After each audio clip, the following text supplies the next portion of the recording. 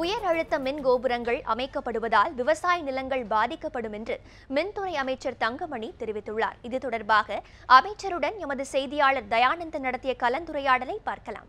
மேகதாது விவகாரத்தில் மத்திய அமைச்சர் சதானந்த கவுண்டர் சொல்லும்போது கூட நாங்கள் இதை பாசனத்துக்கு பயன்படுத்தல, மின்சாரத்துக்கு தான் பயன்படுத்துகிறோம் அப்படின்னு ஒரு தொழில்நுட்ப ரீதியாக சொல்கிறாரு. இந்த தமிழக அரசு எப்படி அணுக போகுது? சார், உச்சநீதிமன்றம் ஏற்கனவே காவிரி ஆணையம் தெளிவான தீர்ப்பை கூடியிருக்கின்றது. அந்த அடிப்படையில் நாங்கள் இப்பொழுது உச்சநீதிமன்றத்தில் வழக்கு தொடுத்திருக்கின்றோம். மேகதானில் அணை கட்டக்கூடாது என்று. அதற்காக தான் நாடாளுமன்றத்தில் போராடி கொண்டிருக்கின்றோம். தமிழகத்தினுடைய உரிமையை ஒரு பர்சன்ட் கூட நாங்கள் விட்டுக் கொடுக்காத அரசு மாண்புமிகு அம்மாவுடைய அரசு, மரியாதைக்குரிய அண்ணா எடப்பாடியுடைய அரசு.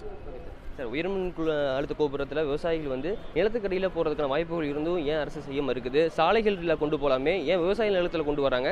இதெல்லாம் ரியல் எஸ்டேட் மட்டும் இல்லாமல் விவசாயிகளும் பாதிக்கப்படுதா? விவசாயிகள் போராட்டத்துக்கான தயாராக இருக்காங்க. இது எப்படி சார், பொதுவாக எந்த மாநிலத்தில் இருந்தாலும் சரி, எந்த நாட்டிலே இருந்தாலும் உயர்மின்த்தை நிலத்துக்கடியை கொண்டு போவது சாத்தியக்கூறுகள் இல்லை.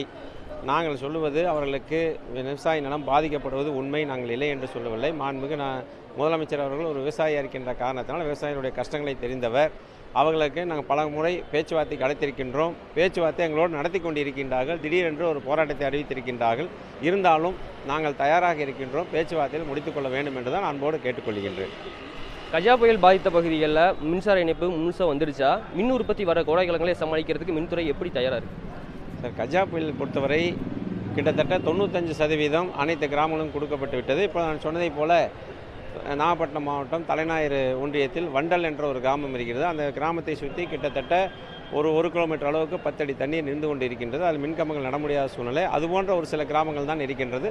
அதுவும் தண்ணீர் வடிய விரைந்து கொடுப்போம். அதே போல் விவசாயத்திற்கும் விரைந்து கொடுத்துருவோம்.